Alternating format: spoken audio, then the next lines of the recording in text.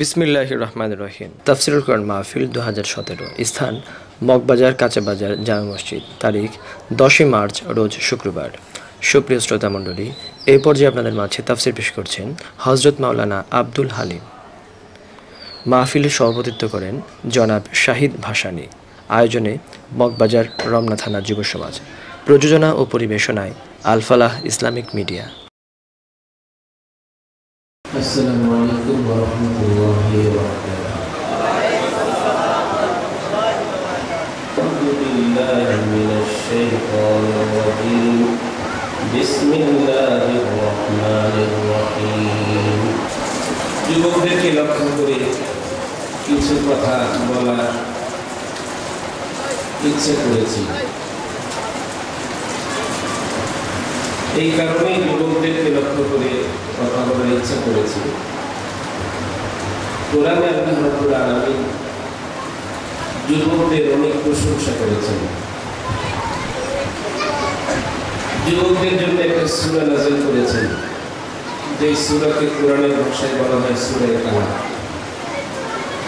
যুবকদের যৌবনের কর্মকাণ্ডের প্রশংসা করে যুবকদেরকে ভালোবাসা, যুবকদের প্রতি ভালোবাসা ব্যক্ত করে আল্লাহ তাআলা সূরা কাহফ নাযিল করেছেন।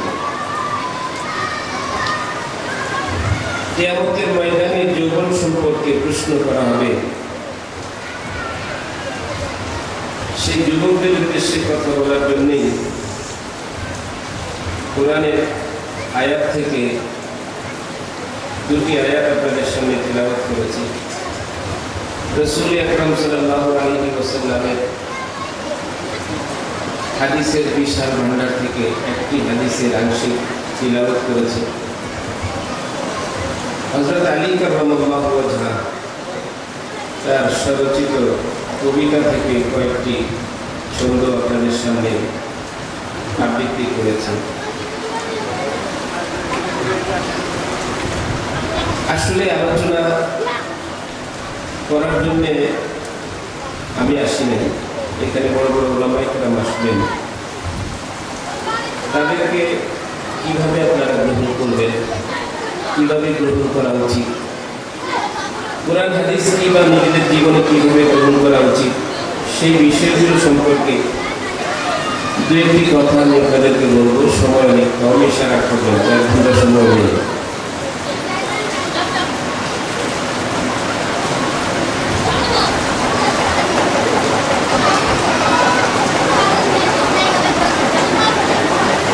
আমরা যারা এখানে উপস্থিত, তারা মুরব্বিয়ানে কেরাম, অনেকে বাবা দুনিয়া থেকে চলে গেছে, এরকম অনেক কাছে না, এখানে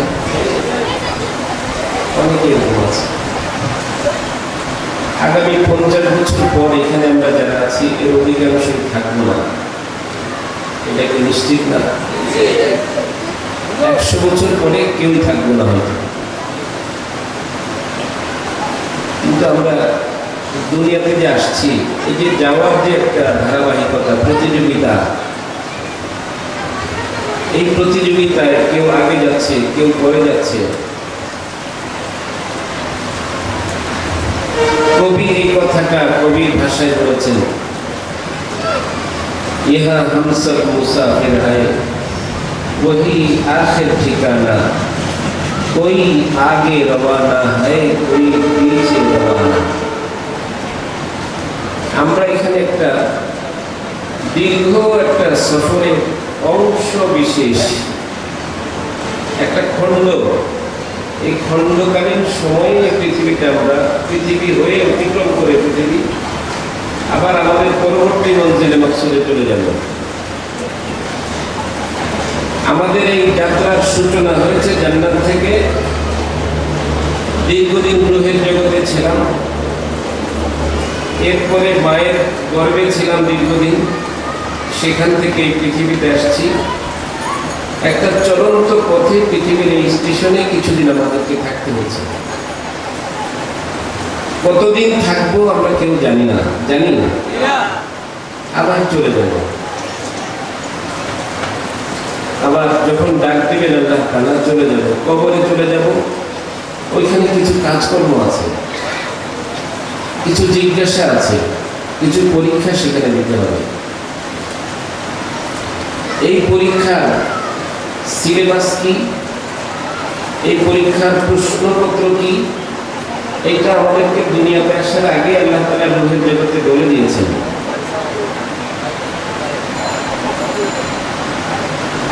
কোরআন শরীফে আল্লাহ তাআলা সেই কথা স্মরণ করে কোরআনের আয়াত করে সেই দিনকে আলোচনাগুলো কোরআনে আল্লাহ তাআলা উল্লেখ করেছেন। وَإِذْ أَخَذَ رَبُّكَ مِنْ بَنِي آدَمَ مِنْ ظُهُورِهِمْ ذُرِّيَّتَهُمْ وَأَشْهَدَهُمْ عَلَى أَنفُسِهِمْ أَلَسْتُ بِرَبِّكُمْ قَالُوا بَلَى قَالُوا شَهِدْنَا أَنْ تَقُولُوا يَوْمَ الْقِيَامَةِ إِنَّا كُنَّا عَنْ هَذَا غَافِلِينَ। আদম আলাইহিস সালাতু ওয়াস সালামের পৌরুষ থেকে আমাদেরকে আল্লাহ তাআলা বের করে সৌদি আরবে যারা গিয়েছেন হজ করার জন্য, আরাফার ময়দানে অবস্থান করা হজের সর্ববৃহৎ একটি রুকন। আরাফার ময়দানে অবস্থান না করলে হজ হবে না। এমনকি রাসূল আকরাম সাল্লাল্লাহু আলাইহি ওয়াসাল্লাম বলেছেন যে হজ হলোই আরাফা, আরাফাই হচ্ছে হজ।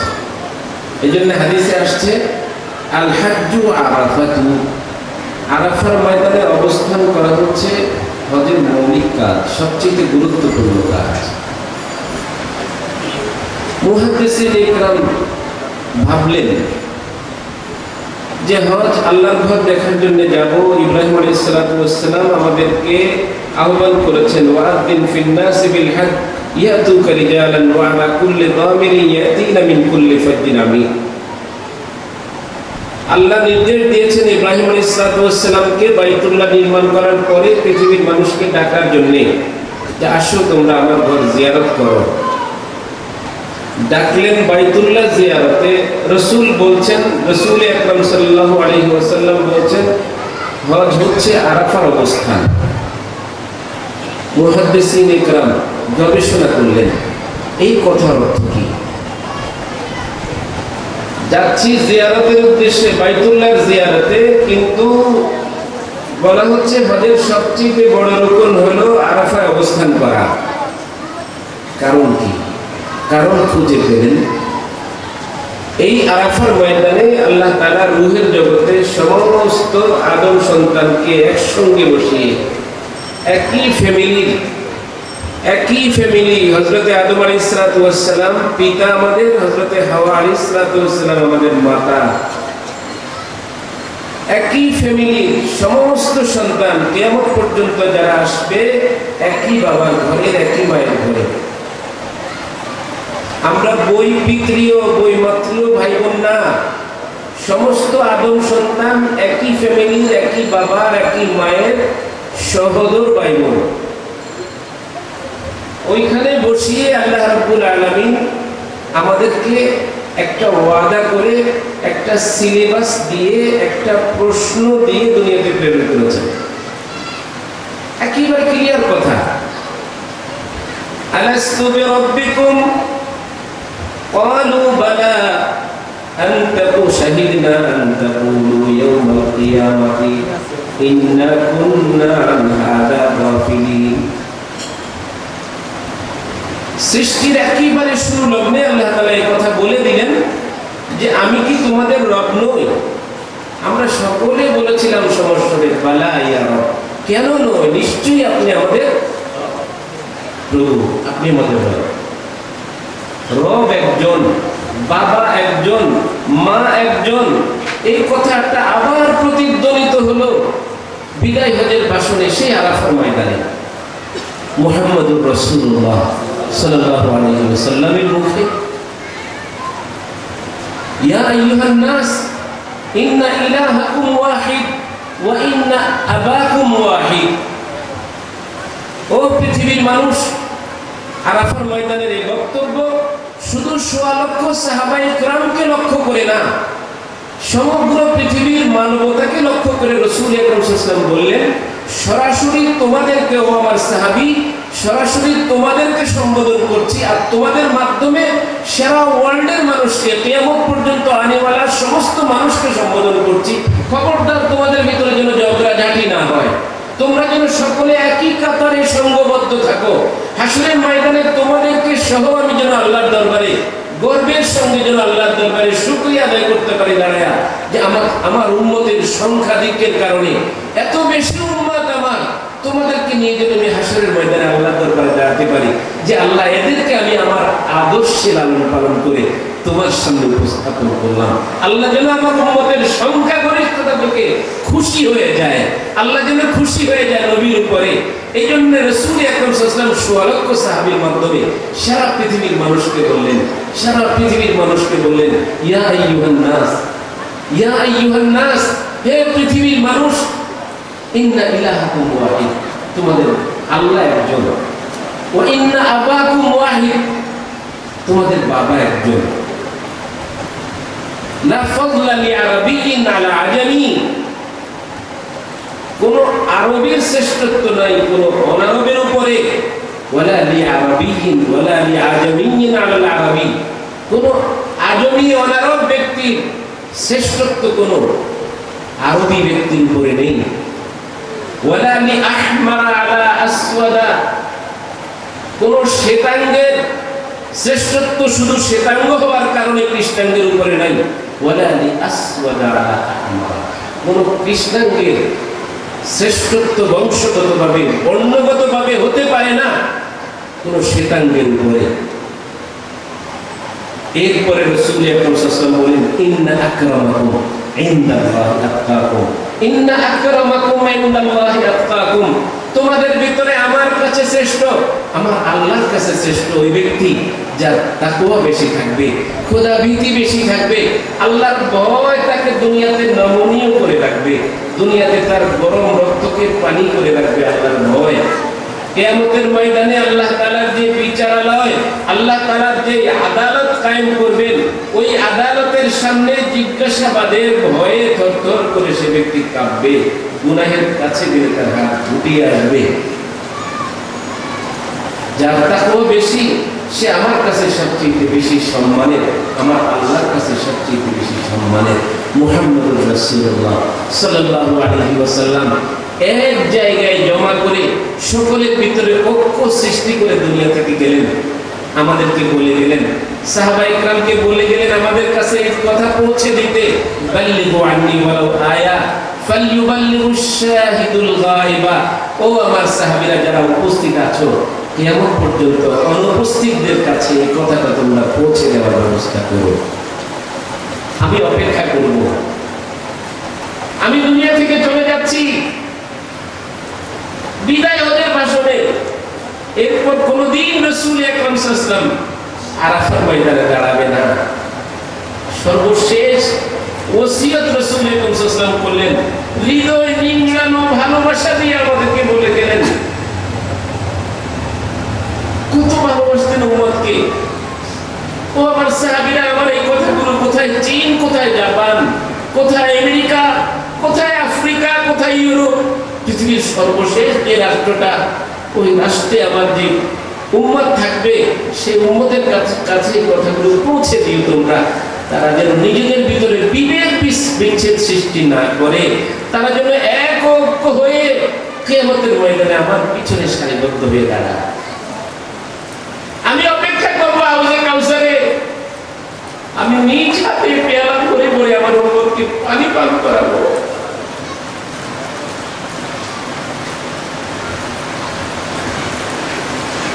আমি কাউসারের গোড়ায় দাঁড়িয়ে থাকবো, আমার উম্মতের শেষ সদস্য জান্নাতে প্রবেশ করার পর্যন্ত আমি জান্নাতে যাব না। সমস্ত নবী মুখাপেক্ষী আমার নবী, সমস্ত নবীকে আমার নবীর সুপারিশ নিতে হবে, সমস্ত নবীকে সত্যায়ন নিতে হবে না আমার নবীর কাছ থেকে।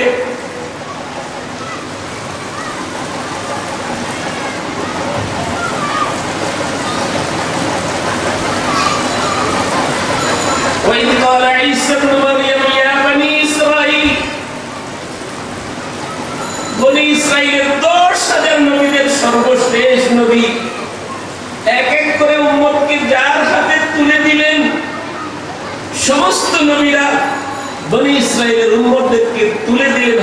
ঈসা আলাইহিস সালামের হাতে ইয়াকুব আলাইহিস সালামের বংশের 10,000 নবী তাদের উম্মতকে তুলে দিয়ে গেলেন হযরত ঈসা আলাইহিস সালামের হাতে। ঈসা আলাইহিস সালাম উম্মতের সকল সদস্যদেরকে বলে গেলেন, ইয়াতি মিন বা'দ ইসমুহু আহমদ, আমার পরে আহমদ নামে মুহাম্মদ নামে একজন নবী আসবে, আমি তোমাদেরকে তার হাতে আমানত হিসেবে তুলে দিয়ে গেলাম। তার পিছনে থাকবে, জান্নাত পাবে, তার পিছন থেকে সরে যাবে, জান্নাতের রাস্তা থেকে তোমরা ছিটকে পড়বে। ইন্নী রাসূলুল্লাহি ইলাইকুম মুসাদ্দিকান লিমা বাইনা ইয়াদাইয়া মিনাত তাওরাত ওয়া মুবাশশিরান বিরাসূল। ও ইহুদি জাতি, ও ইহুদি বংশধর, ও আমার উম্মতেরা, আমার পরে একজন নবী আসবেন, সেই নবীর সুসংবাদ দেওয়ার জন্য আমি তোমাদের কাছে এসেছি। এটা একটা কাজ। আমার আরেকটা কাজ হলো আমি তোমাদেরকে জাহান্নামের আযাব থেকে সতর্ক করার জন্য আসছি। ক্লিয়ার কথা কোরআনে, ক্লিয়ার, স্পষ্ট, পরিষ্কার কথা যে নবী ধর্ম একটা, এই ধর্মের বাহক মুহাম্মদুর রাসূলুল্লাহ সাল্লাল্লাহু আলাইহি ওয়াসাল্লাম। পর্যন্ত আমি ঈসা আলাইহিস সালামের ধর্মের বাহক ছিলাম, এই তাওহীদের বাহক ছিলাম। আমি তোমাদেরকে মুহাম্মদুর রাসূলুল্লাহ সাল্লাল্লাহু আলাইহি ওয়াসাল্লামের হাতে সঁপে দিয়ে গেলাম। মুবাশশিরান বিরাসূলিন ইয়াতি মিন বা'দ ইসমুহু আহমদ, যিনি আমার পরে আসবে। ফালাম্মা জাআহুম বিল বায়িনাত, কত দুঃখের সঙ্গে আল্লাহ তাআলা বলতেছেন ফালাম্মা জাআহুম বিল বায়িনাত, মুহাম্মদুর রাসূলুল্লাহ সাল্লাল্লাহু আলাইহি ওয়াসাল্লাম পরিষ্কার দলিল প্রমাণ নিয়ে আসলেন। বললেন যে আমি পূর্ববর্তী সমস্ত আসমানি কিতাবের খোলাসা, সার নির্যাস, মুদ্রা কথা নিয়ে আমি তোমাদের কাছে আসলাম। সমস্ত আসমানি কিতাবের ভালো কথাগুলো আমি কোরআনে তোমাদের জন্য নিয়ে আসলাম। পিছনের কিতাবগুলোর অনুসরণ দরকার নাই, কোরআনের অনুসরণই, তাওরাতের অনুসরণ হবে, কোরআনের অনুসরণই ইনজিলের অনুসরণ হবে। এখানে এসে জমা করে দিয়ে গেল ঈসা আলাইহিস সালাম। কিন্তু দুঃখজনক হলো এখানে এসে বিভ্রান্তিতে পড়ে গেল তারা। তাদের নবী ঈসা আলাইহিস সালামের ওসিয়তটা তারা মানে নেই। এখানে একটা বিভ্রান্তি হলো, কেউ তাদের নাম দিল ইহুদি, কেউ তাদের নাম দিল খ্রিস্টান। মুসলমান হয়ে তাদের আদি পিতা হযরত ইব্রাহিম আলাইহিস সালাম তাদের নাম যে দিল মুসলিমিন, মুসলিমিন নাম দিয়ে নামকরণ করলেন আল্লাহ তাআলা। হযরত ইব্রাহিম আলাইহিস সালাম বললেন আমি মুসলমান। রব্বানা ওয়াজআলনা মুসলিমাইন লাকা ওয়া মিন যুররিয়াতিনা, আমি তোমাদের নবীদের নবী, তোমাদের নবীদের পিতা। আমি বলছি আমি মুসলমান। ইসমাইল বলছে ইসমাইল মুসলমান। ইসহাক আলাইহিস সালাম বলছেন তিনি মুসলমান। ইয়াকুব আলাইহিস সালাম বলছেন তিনি মুসলমান। ইউসুফ আলাইহিস সালাম বলছেন তিনি মুসলমান। তোমরা মাঝখান দিয়ে ইহুদি হলে কেন? তোমরা মাঝখান দিয়ে খ্রিস্টান হলে কেন? এখানে একটা বিভাজন হলো। আমরা যারা উম্মতে মুহাম্মাদী, দুঃখজনক বিষয় মুহাম্মদুর রাসূলুল্লাহ সাল্লাল্লাহু আলাইহি ওয়াসাল্লামকে নিয়েও আমাদের ভিতরে বিতর্ক। মুহাম্মদুর রাসূলুল্লাহ সাল্লাল্লাহু আলাইহি ওয়াসাল্লামকে অনুসরণের ব্যাপারে আমাদের ভিতরে বিতর্ক। এই বিতর্কটা আমাদের মাঝে হওয়ার কথা ছিল না। আমরা তো নবীকে ভালোবাসি, নবী করিম সাল্লাল্লাহু আলাইহি ওয়াসাল্লাম তো আমাদেরকে ভালোবাসতেন, নবী করিম সাল্লাল্লাহু আলাইহি ওয়াসাল্লাম তো কাফেরদেরকেও ভালোবাসতেন। নবী করিম সাল্লাল্লাহু আলাইহি ওয়াসাল্লাম কোথাও তার 23 বছরের জিন্দেগিতে, নবুয়তের জিন্দেগিতে অথবা 63 বছরের জিন্দেগিতে নিজের আক্রোশ বাস্তবায়ন করার জন্য একজন কাফেরের গায়ে, একজন মুশরিকের গায়ে ব্যক্তিগত আক্রোশ বাস্তবায়নের জন্য রাসূলুল্লাহ সাল্লাল্লাহু আলাইহি ওয়াসাল্লাম একটা টোকা দিয়েছেন। ইতিহাসের কোনো প্রমাণ পাওয়া যাবে? কোনো প্রমাণ পাওয়া যাবে না। বরং প্রাণের শত্রু যারা ছিল মুহাম্মদুর রাসূলুল্লাহ সাল্লাল্লাহু আলাইহি ওয়াসাল্লাম শৈশবে সেই তায়েফে তিনি বড় হয়েছিলেন। শৈশবে মুহাম্মদুর রাসূলুল্লাহ সাল্লাল্লাহু আলাইহি ওয়াসাল্লাম তায়েফের যে সিনারি, তায়েফের যে দৃশ্য, তায়েফ হয়েছে মুহাম্মদুর রাসূলুল্লাহ সাল্লাল্লাহু আলাইহি ওয়াসাল্লামের পায়ের ধুলি লেগে মুহাম্মদুর রাসূলুল্লাহ সাল্লাল্লাহু আলাইহি ওয়াসাল্লামের পায়ের স্পর্শে মুহাম্মদুর রাসূলুল্লাহ সাল্লাল্লাহু আলাইহি ওয়াসাল্লামের দোয়ার কারণে তায়েফ হয়েছে ভাইরা আমার। সেই তায়েফকে দেখার জন্য রাসূল সাল্লাল্লাহু আলাইহি ওয়াসাল্লাম গেলেন। একটা সময়ে নবুয়তের দাওয়াত নিয়ে যে শৈশবের স্মৃতিগুলো তায়েফের মাটির সঙ্গে, তায়েফের পাহাড়ের সঙ্গে এই স্মৃতি বিজড়িত, এই ইতিহাস শৈশবের, সেখানে আমি একটু যাই, সেখানের মানুষগুলোকে দাওয়াত দিয়ে দ্বীনের পথে আনা, জান্নাতের পথে নেওয়া আমার দায়িত্ব। আমি সেখানে শৈশবে বড় হয়েছি, তাদের অধিকার আছে আমার উপরে। কিয়ামতের ময়দানে তারা গিয়ে যেন আমার বিরুদ্ধে শিকায়েত না করে, অভিযোগ না করে। রাসূল আকরাম সাল্লাল্লাহু আলাইহি ওয়াসাল্লাম দাওয়াত দিতে গেলেন। এত ভদ্র মানুষ, এত সুন্দর একজন মানুষ, বিশ্বের সেরা একজন মানুষ, আল্লাহর সমস্ত নবীদের সেরা নবী, সমস্ত ফেরেশতাদের নবী, সমস্ত মাখলুকাতের নবী, কল্যাণের নবী, নির্মাণের নবী, দয়ার নবী, ভালোবাসার নবী, সাম্যের নবী, একতার নবী, ঐক্যের নবী মুহাম্মদুর রাসূলুল্লাহ সাল্লাল্লাহু আলাইহি ওয়াসাল্লাম গেলেন তাদের কল্যাণের জন্য। দাওয়াত দিলেন, রক্তাক্ত করা হলো, মেহমানদারির পরিবর্তে রাসূল আকরাম সাল্লাল্লাহু আলাইহি ওয়াসাল্লামের রক্ত ঝরানো হলো, মাথা থেকে পা পর্যন্ত ক্ষত বিক্ষত হয়ে গেল। রাসূলের সাথে বসতে দিল না, বসতে চাইলে তাকে ধরে আবার দাঁড় করায়, আবার পিছন থেকে তাকে ওই যুবকরা, কিশোররা তাকে পাথর মারে, কঙ্কর মারে। রাসূল আকরাম সাল্লাল্লাহু আলাইহি ওয়াসাল্লাম দূরে এক জায়গায় গিয়ে আর হাঁটতে পারছিলেন না, বসে গেলেন চুপচাপ। জুতা লেগে গেল পায়ের সঙ্গে, জুতা খুলতেছিলেন অসহায় নবী মুহাম্মদুর রাসূলুল্লাহ সাল্লাল্লাহু আলাইহি ওয়াসাল্লাম। আসমান থেকে ফেরেশতারা আসলেন, ইয়া রাসূলুল্লাহ। আসমানে তাকিয়ে আল্লাহ রাব্বুল আলামিন আপনার এই দৃশ্য নিজে সরাসরি প্রত্যক্ষ করছেন।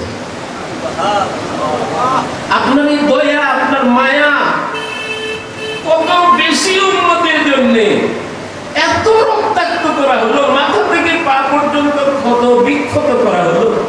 আল্লাহ আসমান থেকে তাকিয়ে দেখলেন, একবারের জন্য, এক সেকেন্ডের জন্য আপনার মুখে বদদুয়া আসে নাই তাদের জন্য। এত ধৈর্য আল্লাহ আপনাকে দিয়েছেন।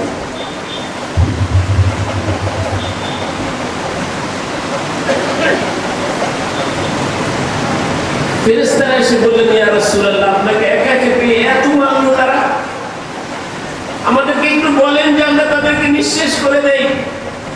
রাসূল আকরাম সাল্লাল্লাহু আলাইহি ওয়াসাল্লাম বললেন, আমি তো দুনিয়ার মানুষের আযাব হিসেবে আসি নাই, দুনিয়ার মানুষের কষ্ট দেওয়ার জন্য আসি নাই। আমাকে তো উপাধি দেওয়া হয়েছে রাহমাতুল লিল আলামিন। আমি তো দয়ার নবী, আমি তো মায়ার নবী, আমি তো মানুষকে দয়া করার জন্য আসছি, শান্তি দেওয়ার জন্য আসছি।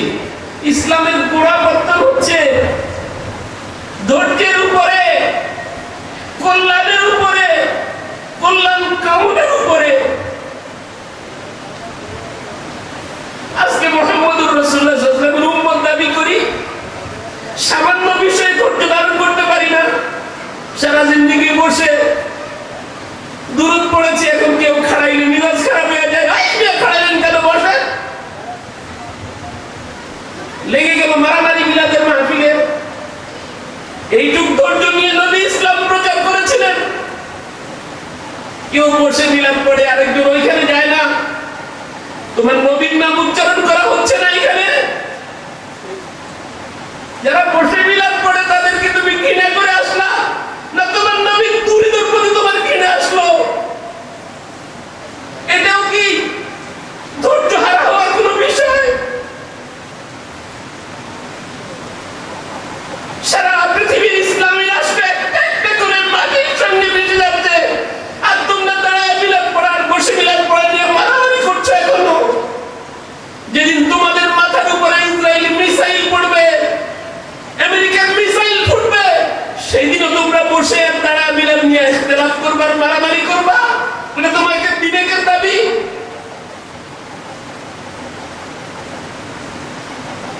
ওরা বসে মিলাদ পড়ে, তাদেরকে মাহফিল করতে দেব না, ওরা দাঁড়ায় পড়ে মাহফিল করতে দিবে না, মাটি থাকবে না পায়ের নিচে, দাঁড়াতেও পারবে না, বসতেও পারবে না। যেদিন সেই দিন তোমার মিলাদ মাহফিল কোথায় করবে? সাগরে ভেসে ভেসে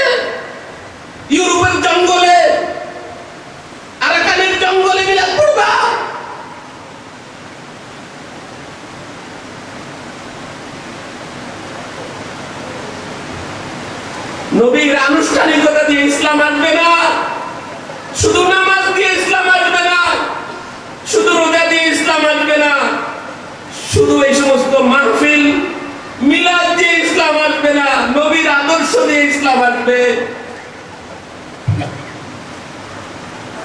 নিজের মনের বিরুদ্ধে কোনো কিছু হলেই সেখানে গন্ডগোল, সেখানে মারামারি। মুহাম্মদুর রাসূলুল্লাহ সাল্লাল্লাহু আলাইহি ওয়াসাল্লাম নামাজ পড়েছেন, সারা জিন্দেগি তিনি নামাজ পড়েছেন। কখনো নাভির উপরে হাত বেঁধেছেন, কখনো বুকে হাত বেঁধেছেন, কখনো ছেড়েও নামাজ পড়েছেন রাসূলুল্লাহ সাল্লাল্লাহু আলাইহি ওয়াসাল্লাম বৈধতা বোঝানোর জন্য। সবগুলো রাসূলের আমল। কোন হাদিসে রাসূলুল্লাহ সাল্লাল্লাহু আলাইহি ওয়াসাল্লাম তোমাকে নির্দেশনা দিল যারা আমরা বুকে হাত বাঁধি তাদেরকে কোথায় এই অথরিটি দেওয়া হলো যে যারা নাভির উপরে হাত বাঁধে তাদের সঙ্গে ঝগড়া করতে হবে, তাদের সঙ্গে মারামারি করতে হবে? যে সময় এক এক করে সারা পৃথিবীর মুসলমানদের রক্তে নির্মিত সেই বাগদাদ, সেই কুফা, সেই সিরিয়া, লক্ষ লক্ষ নবীদের পদধূলি যেখানে পড়েছে, সেই রাষ্ট্রগুলো এক এক করে বম্বিং করে সীমানা মুছে দেওয়া হচ্ছে।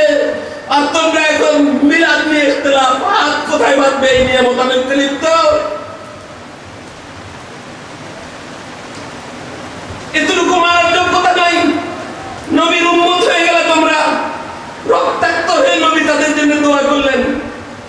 রক্তাক্ত নবী, লাল টকটকা রক্ত গায়ে নবী দোয়া করলেন, আল্লাহ এরা আমার দাওয়াত কবুল করে নাই, এদেরকে আমি ধ্বংস করতে আসি নাই।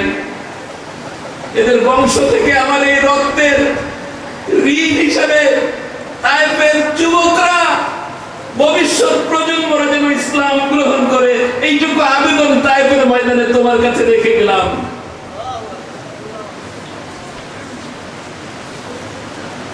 ভারত উপমহাদেশের শ্রেষ্ঠ একজন বিগত শতাব্দীর বিজ্ঞ আলেমে দ্বীন, সারা বিশ্বের কাছে গ্রহণযোগ্য আলেম ছিলেন, এমনকি ভারতের হিন্দুদের কাছে শ্রদ্ধেয় ব্যক্তিত্ব ছিলেন। আমরা তো শত্রুতা কিভাবে করেছেন রাসূল সে আদর্শ আমাদের কাছে নেই, বন্ধুত্ব কিভাবে করেছেন সে আদর্শ আমাদের কাছে নেই। গায়ের জোরে আমরা বন্ধুত্ব করছি, শত্রুতা করছি। রাসূলুল্লাহ সাল্লাল্লাহু আলাইহি ওয়াসাল্লামের শত্রুতা এমন ছিল না।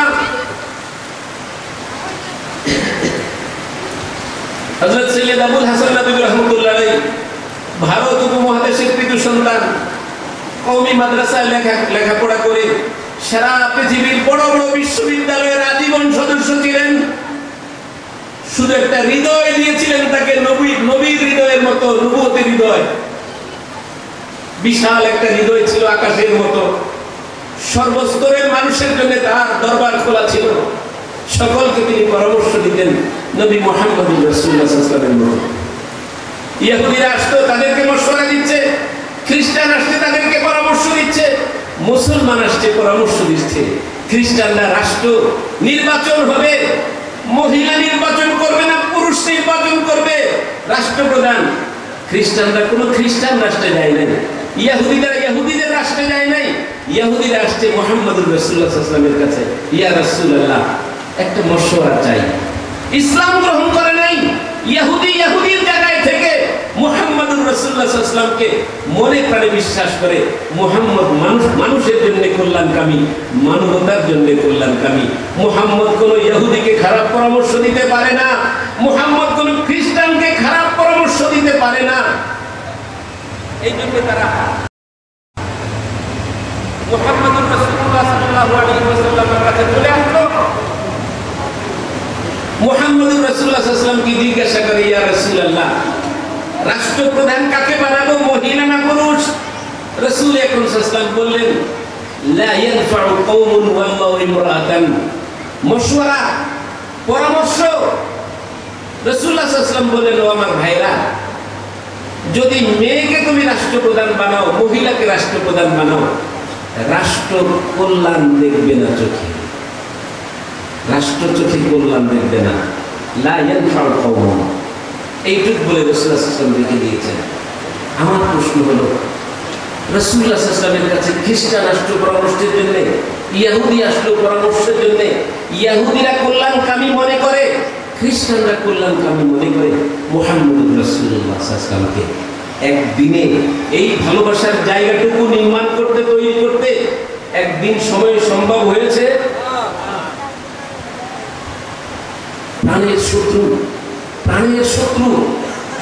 উহুদের যুদ্ধে আবু সুফিয়ানরা মুহাম্মদুর রাসূলুল্লাহ সাল্লাল্লাহু আলাইহি ওয়াসাল্লামের বিরুদ্ধে যুদ্ধের এক পর্যায়ে ইতিহাস আপনারা জানেন, মুসলমানরা বিজয় অর্জন করেছে মনে করে পাহাড়ের উপর থেকে সাহাবায়ে কেরাম যাদেরকে পাহারাদারের জন্য পাহারাদার হিসেবে রেখেছিলেন রাসূলুল্লাহ সাল্লাল্লাহু আলাইহি ওয়াসাল্লাম, তারা নেমে গেলেন।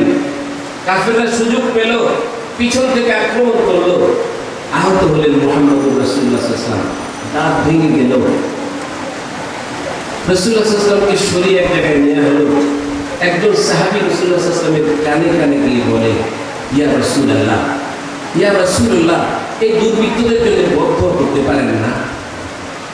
রাসূলুল্লাহ সাল্লাল্লাহু আলাইহি ওয়াসাল্লাম হাত তুলে বলে, আল্লাহুম্মা হদি কওমি, আল্লাহুম্মা হদি কওমি ফাইন্নাহুম লা ইয়ালামুন। আল্লাহুম্মা হদি কওমি, আল্লাহ আমার জাতিরা, আমার পরিবারের লোকেরা, আমার বংশের লোকেরা, আমার উম্মতের লোকেরা, আল্লাহুম্মা হদি কওমি, যাদেরকে আপনি হেদায়েত নসিব করেন। ফাইন্নাহুম লা ইয়ালামুন, তারা আমাকে চিনে না, আমার সম্পর্কে তাদের যার ধারণা নাই, জানা নাই, এলেন নাই। আল্লাহ তাদেরকে আমাকে চেনার, আমার সম্পর্কে এলিম অর্জন করার তৌফিক দান করেন। বদদুয়া করেন নাই, বদদুয়া করেন নাই মুহাম্মদুর রাসূলুল্লাহ সাল্লাল্লাহু আলাইহি ওয়াসাল্লাম। এরকম হাজারো ঘটনা, এরকম হাজারো ঘটনা মুহাম্মদুর রাসূলুল্লাহ সাল্লাল্লাহু আলাইহি ওয়াসাল্লামের জিন্দেগিতে। বিদায় হচ্ছিল ভারতের একজন হিন্দু পণ্ডিত, 19বিংশ শতাব্দীর মাঝামাঝিতে ভারতে একটা পত্রিকা বের হতো, সৈয়দ সুলাইমান নদভী রাহমাতুল্লাহ আলাইহি এই পত্রিকার সম্পাদনা করতেন।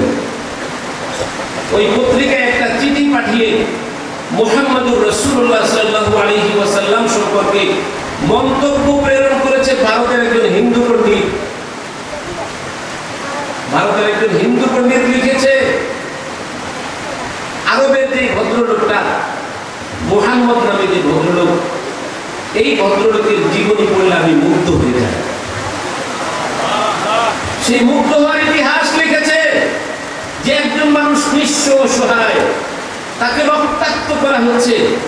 এইখানে সাধারণ বিবেকের দাবি হলো, ক্ষমতা হাতে আসলে ওই জাতিকে, ওই দলকে তছনছ করে দেওয়া। এটা হচ্ছে ইতিহাসের রাজনৈতিক চরিত্র। মুহাম্মদুর রাসূলুল্লাহ সাল্লাল্লাহু আলাইহি ওয়াসাল্লাম তায়েফে পরাজয় বরণ করলেন বাহ্যিক দৃষ্টিতে, একা তিনি রক্তাক্ত করা হলো। ক্ষমতা হাতে পেলেন, টোটাল আসমানি শক্তি মুহাম্মদুর রাসূলুল্লাহ সাল্লাল্লাহু আলাইহি ওয়াসাল্লামের হাতে। ফেরেশতারা আল্লাহর কাছ থেকে পাওয়ার নিয়ে উপস্থিত মুহাম্মদুর রাসূলুল্লাহ সাল্লাল্লাহু আলাইহি ওয়াসাল্লামের কাছে, বলতেছে যে ইয়া রাসূলুল্লাহ, এখন বলেন মাটির সঙ্গে মিশিয়ে দেই।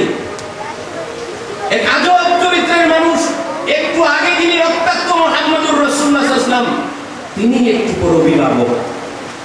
এত বড় হৃদয়, এত বড় হৃদয় নিয়ে তিনি দোয়া করলেন, আল্লাহ এরা আমাকে চিনে না, এরা আমাকে চিনলে আমাকে আক্রমণ করতো না।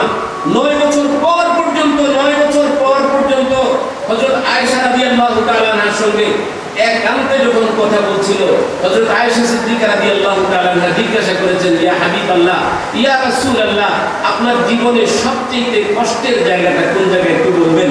রাসূল আকরাম সাল্লাল্লাহু আলাইহি ওয়াসাল্লাম বলেছেন, তায়েফের বাচ্চারা, কিশোররা, যুবকরা আমাকে যে আঘাত করেছে, ওই ব্যথা এই 9 বছর পর এখনো আমি অনুভব করি।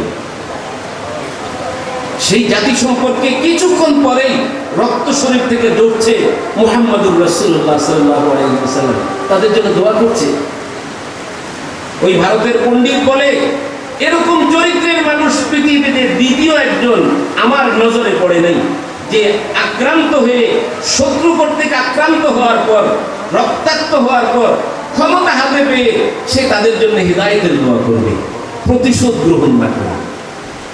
মক্কা বিজয়ের সময় 10,000 সাহাবী, এই মক্কার আবু সুফিয়ান, আবু জাহেল, আবু লাহাবরা মুহাম্মদুর রাসূলুল্লাহ সাল্লাল্লাহু আলাইহি ওয়াসাল্লামকে তাড়িয়ে দিল নির্মমভাবে অত্যাচার করে, নির্মমভাবে নির্যাতন করে। নামাজে দাঁড়িয়েছেন মুহাম্মদুর রাসূলুল্লাহ সাল্লাল্লাহু আলাইহি ওয়াসাল্লাম, উটের ভুঁড়ি, দুর্গন্ধ উটের ভুঁড়ি এনে মুহাম্মদুর রাসূলুল্লাহ সাল্লাল্লাহু আলাইহি ওয়াসাল্লামের মাথায় দিলেন। রাসূলুল্লাহ সাল্লাল্লাহু আলাইহি ওয়াসাল্লাম মাটিতে পড়ে গেলেন, শ্বাস বন্ধ হয়ে যাওয়ার অবস্থা। এরকম নির্যাতন করে মুহাম্মদুর রাসূলুল্লাহ সাল্লাল্লাহু আলাইহি ওয়াসাল্লামকে তাড়িয়ে দিলেন মদিনায়। মুহাম্মদুর রাসূলুল্লাহ সাল্লাল্লাহু আলাইহি ওয়াসাল্লাম 10,000 অস্ত্র শস্ত্রে সজ্জিত 10,000 সাহাবী, পুরা মক্কাবাসী থরথর করে কাঁপছে, আবু সুফিয়ান থরথর করে কাঁপছে। সফওয়ান ইবনে উমাইয়া বিষাক্ত তরবারি দিয়ে উমাইর ইবনে ওয়াহাবকে মুহাম্মদুর রাসূলুল্লাহ সাল্লাল্লাহু আলাইহি ওয়াসাল্লামের হত্যার জন্য প্রেরণ করেছে। সফওয়ান ইবনে উমাইয়া ভয়ে মক্কার সীমানা ত্যাগ করে চলে যাচ্ছে। ইতিমধ্যে সেই উমাইর ইবনে ওয়াহাব ইসলাম গ্রহণ করেছে।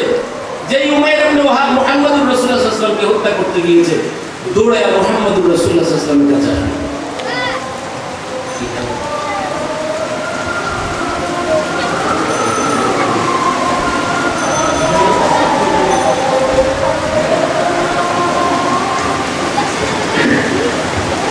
উমাইর ইবনে ওয়াহাব দৌড়ে আসছে রাসূলুল্লাহ সাল্লাল্লাহু আলাইহি ওয়াসাল্লামের কাছে, ইয়া রাসূলুল্লাহ, মক্কার শ্রেষ্ঠ ব্যবসায়ী যে আপনাকে হত্যা করার জন্য আমাকে অস্ত্র দিয়েছিল, আপনাকে হত্যা করার জন্য আমার পরিবারের দায়িত্ব নিয়েছিল, সেই উমাইর ইবনে ওয়াহাব আজকে মক্কা বিজয় হয়েছে শুনে মক্কা ত্যাগ করে চলে যাচ্ছে, অন্য রাষ্ট্রে চলে যাবে, পালিয়ে যাচ্ছে। রাসূল আকরাম সাল্লাল্লাহু আলাইহি ওয়াসাল্লাম বলে, উমাইর, সফওয়ান ইবনে উমাইয়াকে বলো আমি সফওয়ান ইবনে উমাইয়া আমার পক্ষ থেকে নিরাপত্তা দিলাম। সফওয়ান ইবনে উমাইয়া বলে, ইয়া রাসূলুল্লাহ, সে আপনার এমন ঘোর শত্রু, আমার মুখের কথা সে বিশ্বাস করবে না। আপনি একটা আলামত চিহ্ন আমার সঙ্গে পাঠান, যেটা দেখে তাকে আমি বলতে পারি যে মুহাম্মদুর রাসূলুল্লাহ সাল্লাল্লাহু আলাইহি ওয়াসাল্লাম তোমাকে নিরাপত্তা দিয়েছে। কোথায় পাবেন এই লিডার? কোথায় পাবেন এই দয়াময় নবী? মুহাম্মদুর রাসূলুল্লাহ সাল্লাল্লাহু আলাইহি ওয়াসাল্লাম সাথে সাথে মাথা থেকে তার পাগড়ি খুলে দিলেন। সফওয়ান ইবনে উমাইয়া নিরাপত্তা ঘোষণা করলেন। উমাইর ইবনে ওয়াহাবের কাছে পাগড়ি খুলে দিয়ে বললেন, যাও সফওয়ান ইবনে উমাইয়ার কাছে দেখাও যে মুহাম্মদুর রাসূলুল্লাহ সাল্লাল্লাহু আলাইহি ওয়াসাল্লাম পাগড়ি খুলে দিয়েছে। বিশ্বাস যদি না করো, সামনে গিয়ে দেখো, মুহাম্মদুর রাসূলুল্লাহ সাল্লাল্লাহু আলাইহি ওয়াসাল্লাম তোমার নিরাপত্তা ঘোষণা করবেন। ভাই, আমরা এইভাবে রাসূল আকরাম সাল্লাল্লাহু আলাইহি ওয়াসাল্লাম রাষ্ট্র গড়েছিলেন, একটা নেশন গড়েছিলেন, একটা জাতি মুহাম্মদুর রাসূলুল্লাহ সাল্লাল্লাহু আলাইহি ওয়াসাল্লাম গড়েছিলেন। আমাদের যুবকদের এখানে জানার আছে, বোঝার আছে। আজকে যুবকরা বিভ্রান্ত। যেই যুবকদের রক্তের উপরে রক্তের স্রোতে ভেসে এই বাংলাদেশের স্বাধীনতা আসলো, এই বাংলাদেশ একটা ভাষা পেল, সেই যুবকদের হাতে আজকে দেশাত্মবোধ নেই, দেশের ইতিহাস তারা জানে না, দেশপ্রেম তাদের অন্তরে নাই। তারা মোবাইল নিয়ে আসে, ইন্টারনেট নিয়ে আসে, গাজার কলকি নিয়ে আসে, ইয়াবা নিয়ে আসে, সেই যুবকদেরকে ধ্বংস করার পায়ে তারা চলছে। সেই যুবকদেরকে ইয়াবা দিয়ে, গাজা দিয়ে, ঘুম পাড়ায় দিয়ে আজকে এই দেশকে পরাধীন বানানোর চক্রান্ত চলছে। যুবকদেরকে বুঝতে হবে, ও অভিভাবকরা, যুবকদের যৌবনকে বিভক্ত করো না। যুবকদের যৌবন বিভক্ত করে মুসলমান ক্ষতিগ্রস্ত হবে, রাষ্ট্রের স্বাধীনতা নিরাপত্তা ক্ষতিগ্রস্ত হবে। আজকে যুবকদেরকে ইসলাম থেকে সরিয়ে, মুহাম্মদুর রাসূলুল্লাহ সাল্লাল্লাহু আলাইহি ওয়াসাল্লামের আদর্শ থেকে সরিয়ে যুবকদেরকে হাজারো আদর্শে বিভক্ত করছে। আজকে যুবকের লাশ খালে, যুবকের লাশ বিলে পাওয়া যায়, যুবকের লাশ ধান খেতে পাওয়া যায়, যুবকের লাশ পাট খেতে পাওয়া যায়। আজকে যুবকের ঝুলন্ত লাশ দেখতে হয় এই স্বাধীন বাংলাদেশে। কোথায় থেকে কোত্থেকে এখানে আসলো পাকিস্তানি হানাদার বাহিনী? এই স্বাধীন রাষ্ট্র কি এই দেশের যুবকদেরকে ওই পাকিস্তানি হানাদাররা হত্যা করছে? যুবকদেরকে হাজারো দলে বিভক্ত করা হলো। কেউ আওয়ামী লীগ, কেউ বিএনপি, কেউ জাতীয় পার্টি, কেউ জামাতে ইসলামী, এরকম বিভাজন করে এক দল ক্ষমতায় আসলে অন্য দলের যুবকদেরকে হত্যা করা জায়েজ। আবার আরেক দল পাল্টা ক্ষমতায় আসছে, অন্য দলের যুবকদেরকে হত্যা করা জায়েজ। সমানে হত্যা করা হচ্ছে, ক্ষতিগ্রস্ত জাতি হচ্ছে না। যুবকদের সিদ্ধান্ত তোমাদের নিতে হবে। ইসলামের সোনালী শাসন ব্যবস্থা তোমাদের যৌবনের উপরে দাঁড়িয়েছিল। আবু বকর যুবক ছিলেন, ওমর যুবক ছিলেন। ইসলাম যখন পৃথিবীতে আসে, ওমরের যৌবনের তরবারে ইসলামের পক্ষে কাজে লেগেছিল বলে ইসলাম সারা পৃথিবীতে গতি পেয়েছিল। অর্ধ পৃথিবী ইসলাম শাসন করেছে। 23 লক্ষ বর্গ মাইল মুসলমানদের শাসনে এসেছিল ওমর, ওসমান, আলীর মতো যুবকদের একটা সংঘবদ্ধ জামাতের উপরে দাঁড়িয়ে। বাংলাদেশে ইসলাম এসেছে ওই তায়েফের রক্তাক্ত জমিনে মুহাম্মদুর রাসূলুল্লাহ সাল্লাল্লাহু আলাইহি ওয়াসাল্লামের রক্তের সার হয়েছে। ওই রক্তের উপর ইসলামের ওই সবুজ চারা গজিয়েছিল। মুহাম্মদ বিন কাসেম রাজনৈতিকভাবে এদেশে যখন সিন্ধুর রাজার বন্দিশালায় একজন আমার মা আমার বোন যখন নির্যাতিত হয়ে চিঠি লিখেছিল আরবের সেই মরুভূমিতে, সেখান থেকে উড়ে এসেছিল তীরের মতো মুহাম্মদ বিন কাসেম রাহমাতুল্লাহি আলাইহি।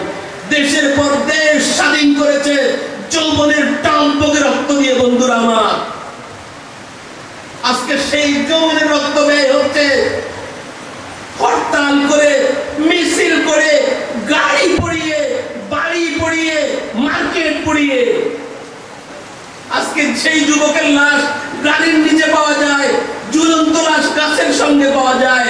ও যুবকেরা, তোমাদেরকে ঠান্ডা মাথায় ভাবতে হবে, তোমাদের যৌবনকে তোমরা কোথায় ব্যয় করবে? তোমাদের যৌবন সম্পর্কে কিয়ামতের ময়দানে জিজ্ঞাসা করা হবে। ক্লিয়ার পরিষ্কার ভাষায় আল্লাহ রাব্বুল আলামিন বলেছেন এই কথা, এক চুল পরিমাণ আমার সামনে থেকে তোমরা কদম সরাতে পারবে না। লা তাজুলু কদমু ইবনু আদম, লা তাজুলু কদমু ইবনু আদম। কিয়ামতের ময়দানে বিচারক হিসেবে আমি থাকব, আদালত সম্পূর্ণ আমার হাতে। দুনিয়ার কোন রাষ্ট্রপ্রধানের কথা সেখানে চলবে না, দুনিয়ার কোন ক্ষমতাধরের টেলিফোন সেখানে চলবে না, দুনিয়ার কোন বিচারপতির ওকালতি সেখানে চলবে না। সেদিন আমার হাতে থাকবে। লা তাজুলু কদমু ইবনু আদম ইয়াউমাল কিয়ামাতি হাত্তা ইউসআল আন খামস। পাঁচটা প্রশ্ন করা হবে। ও যুবক, আজকে বড় ভাই ডাক দিলে শত শত পোলাপান মারামারির জন্য এলাকায় প্রস্তুত হয়ে যায়, হয় কি হয় না? ওই বড় ভাই কি মুহাম্মদুর রাসূলুল্লাহর আদর্শে আদর্শবান কোন বড় ভাই? ও যুবক, তুমি যে অন্যায় ভাবে একজন বড় ভাইয়ের পিছনে মানুষের গাড়ি ভাঙার জন্য, বাড়ি ভাঙার জন্য, দোকান লুট করার জন্য, একজন মানুষকে হত্যা করার জন্য তুমি যে জমা হচ্ছ, তোমার রাসূল মুহাম্মদুর রাসূলুল্লাহ সাল্লাল্লাহু আলাইহি ওয়াসাল্লাম কি এই নির্দেশ তোমাকে দিয়ে গিয়েছিলেন? আল্লাহ কি এই জন্য তোমাকে দুনিয়াতে প্রেরণ করেছেন?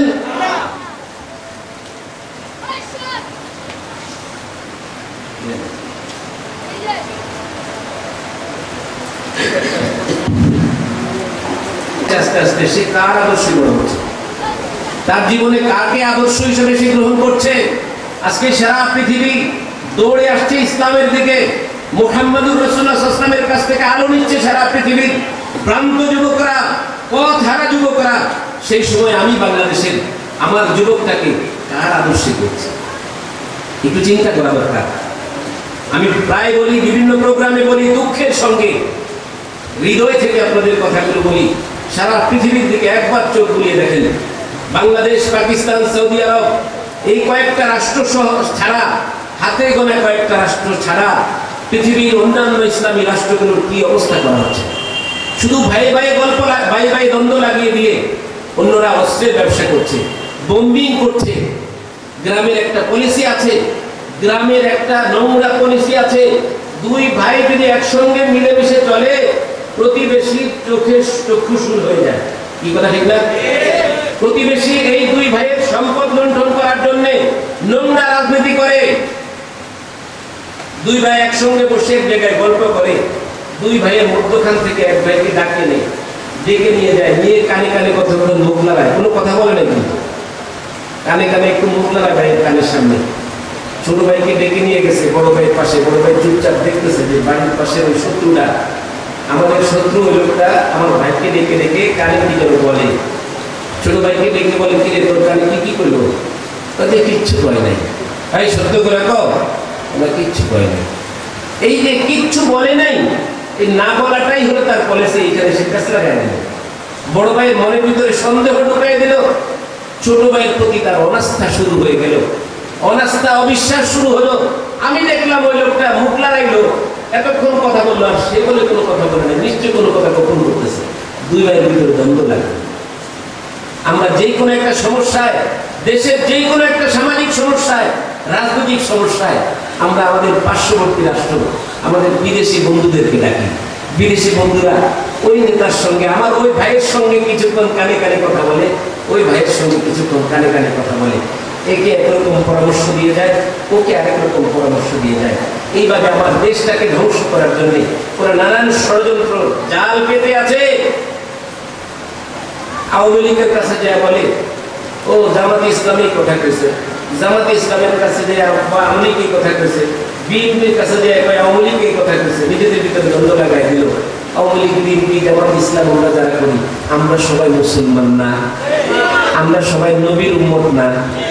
মুহাম্মদুর রাসূলুল্লাহ সাল্লাল্লাহু আলাইহি ওয়াসাল্লাম, আহা, মুহাম্মদুর রাসূলুল্লাহ সাল্লাল্লাহু আলাইহি ওয়াসাল্লাম কল্যাণ কামনা করলেন কাফেরদের জন্য, মুহাম্মদুর রাসূলুল্লাহ সাল্লাল্লাহু আলাইহি ওয়াসাল্লাম কাফেরদের জন্য দোয়া করলেন, মুহাম্মদুর রাসূলুল্লাহ সাল্লাল্লাহু আলাইহি ওয়াসাল্লাম কাফেরদের কল্যাণ কামনায় রক্তাক্ত হলেন।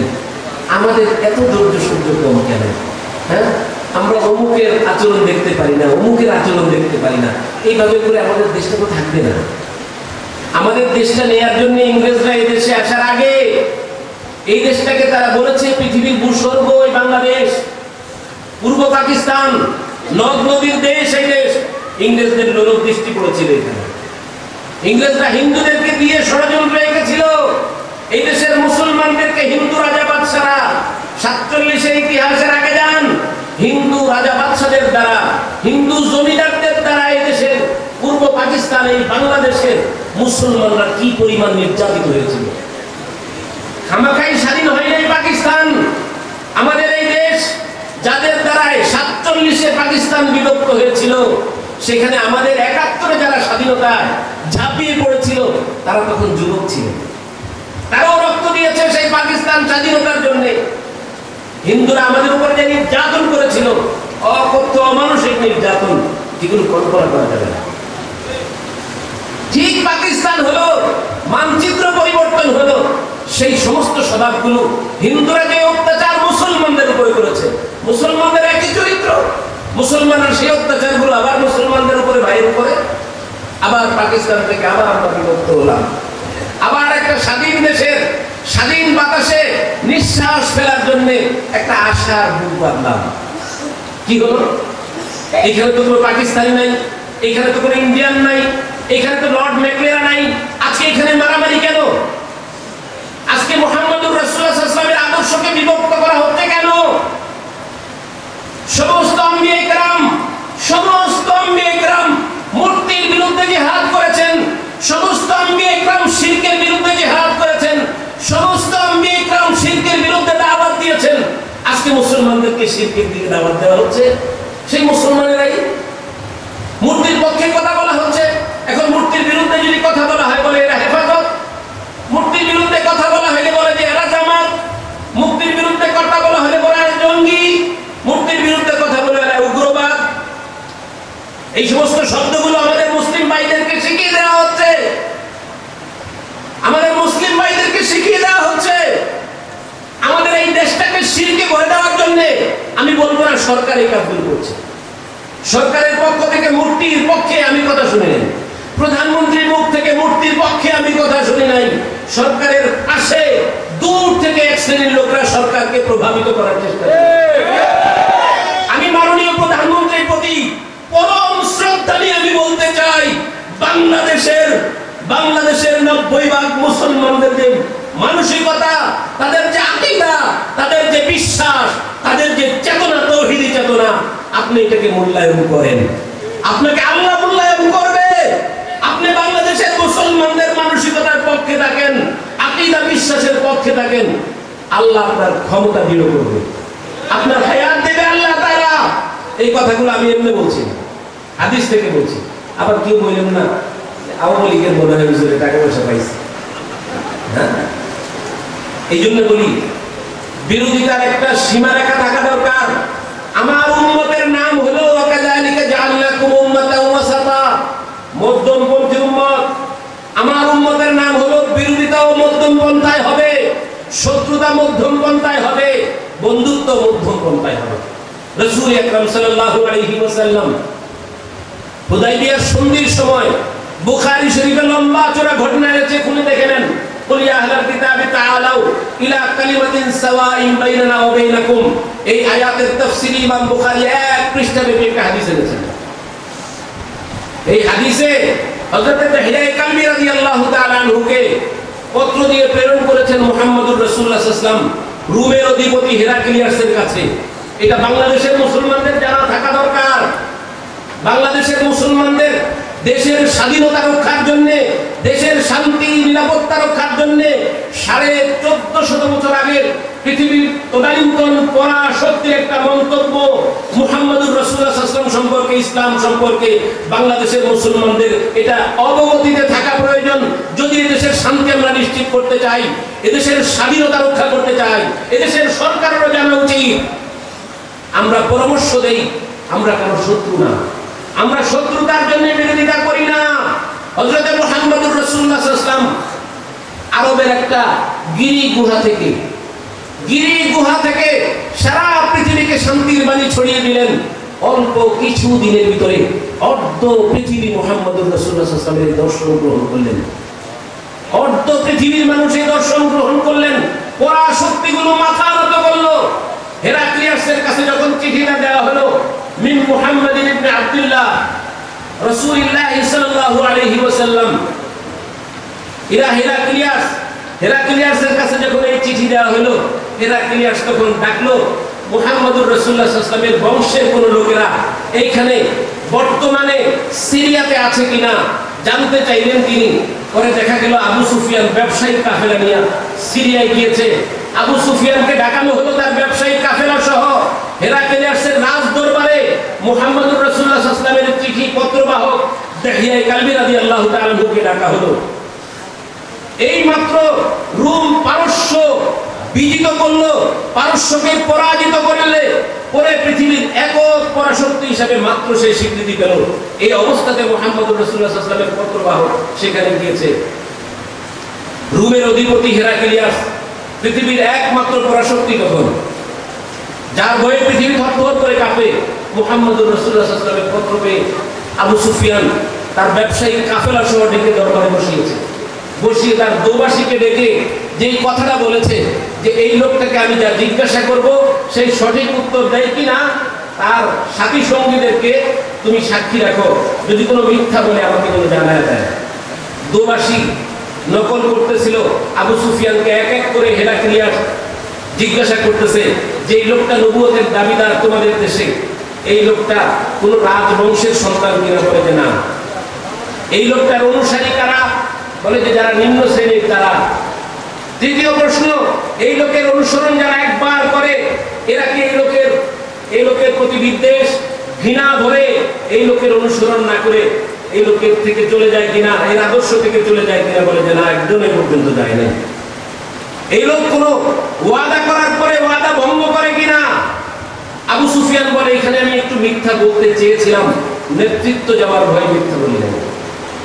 বলে যে এখন একটা চুক্তি চলছে তার সঙ্গে, এর আগ পর্যন্ত যত চুক্তি হয়েছে একটু ভঙ্গ করে নাই, এখন একটা চুক্তি চলছে, এটার পরিণতি কি হয় জানি না। আবু সুফিয়ান এই হাদিস রিওয়ায়াত করেছেন ইসলাম গ্রহণ করার পরে। তখন আবু সুফিয়ান লম্বা চড়া ইতিহাস হযরতে রাসূলুল্লাহ সাল্লাল্লাহু আলাইহি ওয়াসাল্লাম সম্পর্কে রোমের অধিপতি জিজ্ঞাসা করেছে, সেই লোক তোমাদেরকে কিসের দাওয়াত দেয়? বলে যে এক আল্লাহর ইবাদতের দাওয়াত দেয়। আর কিসের দাওয়াত দেয়? মজলুমকে সাহায্য করার কথা বলে, আর জালেমের বিরুদ্ধে অবস্থান মজবুত করার জন্য বলে, গরিব অসহায় মানুষকে সাহায্য করতে বলে, আত্মীয়তার সম্পর্ক রক্ষা করতে বলে, আত্মীয়দের সহযোগিতা করতে বলে। দীর্ঘ রাসূলুল্লাহ সাল্লাল্লাহু আলাইহি ওয়াসাল্লামের ইতিহাস যখন বলা হলো, এরপরে রোমের অধিপতি যে মন্তব্যটা করেছে, এই মন্তব্যটা হলো এই, যদি তোমার বক্তব্য অনুযায়ী, ও আবু সুফিয়ান, তোমার বক্তব্য অনুযায়ী তোমার দেশের নবুয়তের দাবিদার মুহাম্মদের চরিত্র যদি হয়, তার উম্মতের চরিত্র যদি হয়, আমি খোদার কসম করে বলছি, খোদার কসম করে বলছি, পৃথিবীর পরাশক্তি রোমের অধিপতি, আমি সত্য কথা বলছি, এই যদি হয় তাদের চরিত্র, তাহলে আমার যে মসনদ, আমার যে চেয়ারের নিচের যে ভূমি দেখছো, এই ভূমি আমার হাতে থাকবে না, মুসলমানদের হাতে চলে যাবে। এটুকু শেষ না, সে তার দরবারে সমস্ত মন্ত্রীদেরকে ডেকেছে, সমস্ত আমলাদেরকে ডেকেছে। বুখারী শরীফে স্পষ্ট আছে, তার আমলা মন্ত্রীদেরকে সেই কথা বলেছে যে তোমরা যদি তোমাদের রাষ্ট্রের স্বাধীনতা রক্ষা করতে চাও, তোমাদের রাষ্ট্রের শান্তি নিরাপত্তা যদি তোমরা রক্ষা করতে চাও, তোমাদের ক্ষমতা যদি স্থায়ী করতে চাও, তাহলে আরব মরুভূমিতে আবির্ভূত মুহাম্মদের অনুসরণ করো। রাষ্ট্র টিকবে, শান্তি আসবে, নিরাপত্তা আসবে, স্বাধীনতা থাকবে। এই কথা বলার সাথে সাথে তার দরবারে উপস্থিত সমস্ত মন্ত্রী, এমপি, তার দরবারের সমস্ত আমলারা বুখারীর শব্দ যে তারা বন্য ইয়ের মতো, গাধার মতো হুম করা শুরু করছে। এই জন্য আমাদেরকে ডাকছেন। দৌড়ে সব পালাইতেছিল।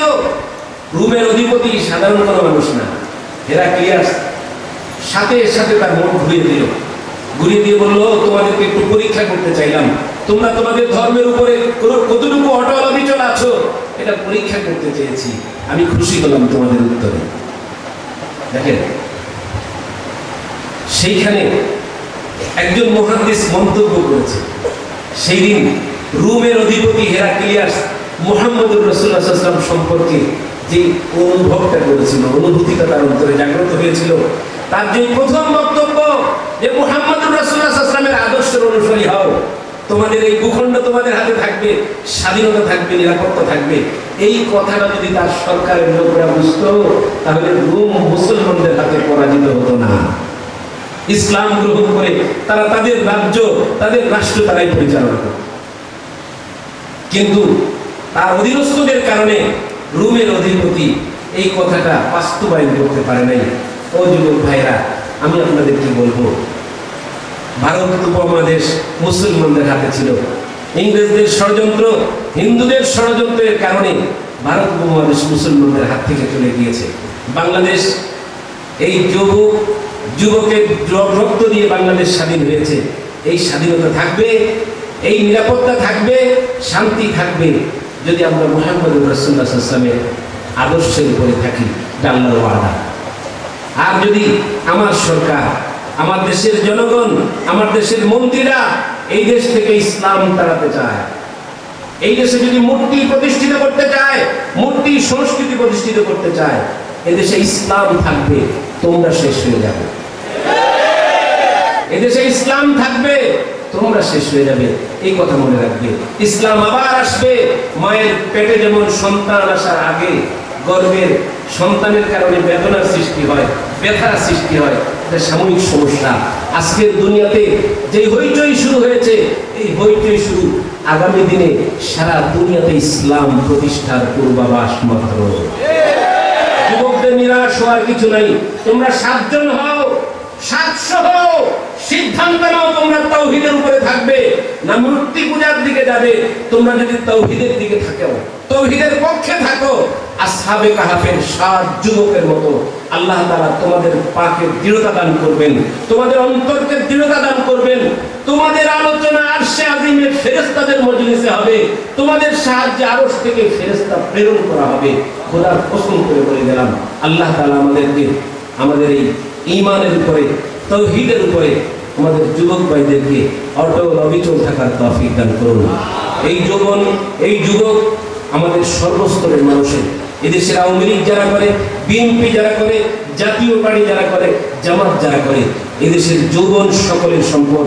খবরদার নিজেদের বিভক্তি বিভাজনের কারণে যৌবন ধ্বংস করবেন না, তাহলে শত্রু যখন আক্রমণ করবে এদেশের যুবকরা প্রতিহত করার মতো থাকবে না, সরকারও থাকবে না, বিরোধী দলও থাকবে না, কেউ থাকবে না, কারো রাজত্ব চলবে না।